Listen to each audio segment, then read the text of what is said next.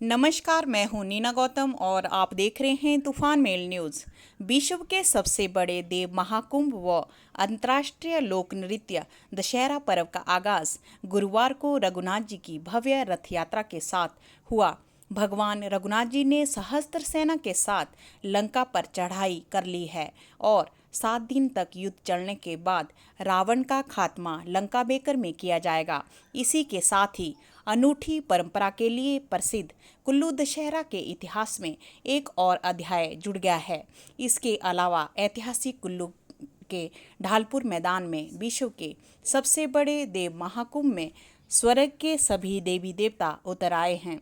कड़ी सुरक्षा के बीच रघुनाथ जी की रथ यात्रा में सैकड़ों देवताओं की मौजूदगी में लाखों लोगों ने रथ को खींचा। इसके साथ ही पूरा कुल्लू रघुनाथ जी के जय घोषों से गूंज उठा। रथ यात्रा में हिमाचल प्रदेश के राज्यपाल शिव प्रताप शुक्ल ने भी भाग लिया। विश्व भर में अनूठी इस देव संस्कृति में दुनिया से भी हजारों फिरंगी उमड़ पड़े हैं।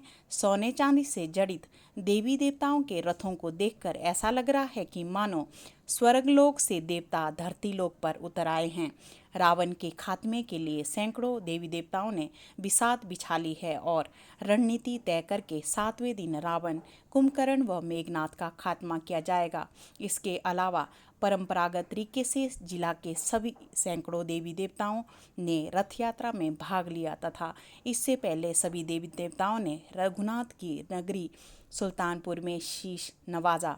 महामहिम राज्यपाल ने 7 दिवसीय अंतर्राष्ट्रीय लोक नृत्य उत्सव दशहरा उत्सव का शुभारंभ किया।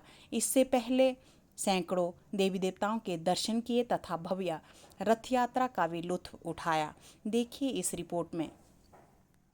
जिसमें नए वस्त्र लगे हैं, नए पूरा परिधान नया बनाया गया है और इससे इस रथ यात्रा की रथ की शोभा और भी ज्यादा। तो मैं ये कहूँगा कि मैं इसमें सौभाग्यशाली हूँ कि तीसरी बार मैं आकर के ये अंतर्राष्ट्रीय कुल्लू दशहरा के इस कार्यक्रम में अपने को सम्मिलित कर, और मैं इसके लिए मैं मान करके चलता हूँ कि श्री रघुनाथ जी की कृपा है जो मेरे ऊपर है कि 3 बार मैं आया।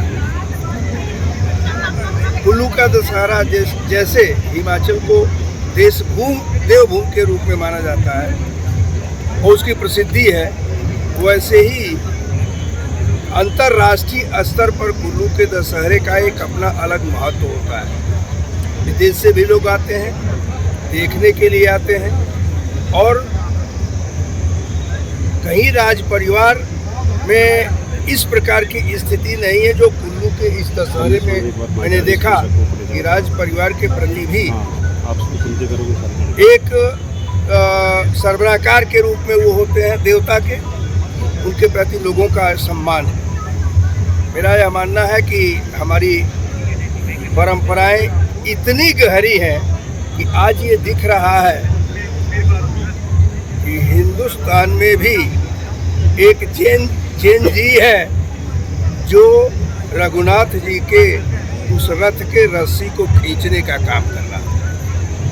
यही अन्य जैन जी और हिंदुस्तान के जैन जी में सबसे अधिक फर्क ये इस नाते है कि हमारी संस्कृति इतनी मजबूत है, जड़ तक है, लोगों के दिल और दिमाग में है कि वह कुछ दूसरा हमारे ऊपर हावी नहीं होने देते। मैं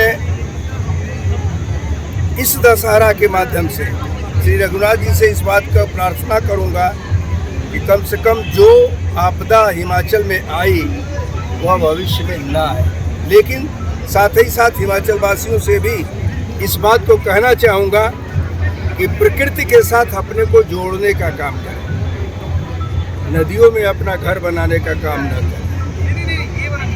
आज हम जो यहाँ शाम को भ्रमण करेंगे, देवी और देवताओं से मिलेंगे। सुंदर सिंह जी ने जिस प्रकार से हमको और जिला प्रशासन ने बताया कि 300 से अधिक देवता आए हुए हैं, उनसे प्रार्थना करूंगा कि हिमाचल प्रदेश को देवभूमि रहने दें। जो लोग भी इसको नशे की भूमि बनाना चाहते हैं उन लोगों को गहरी पराजय दें और हिमाचल को स्वच्छ और समृद्ध करें। आपदा क्षेत्रों में अपने को ले जाने का काम किया है, लोगों से मिलने का काम किया, बहुत नुकसान हुआ। इसको सभी लोगों ने देखा है और स्वीकार किया है। मैं समझता हूँ कि हम सब लोगों को मिल बैठ करके इसको तय करना चाहिए कि आगे के हिमाचल में कौन सी ऐसी नीति तय की जाए जिसके नाते भविष्य में भी हिमाचल में ये स्थिति न आए।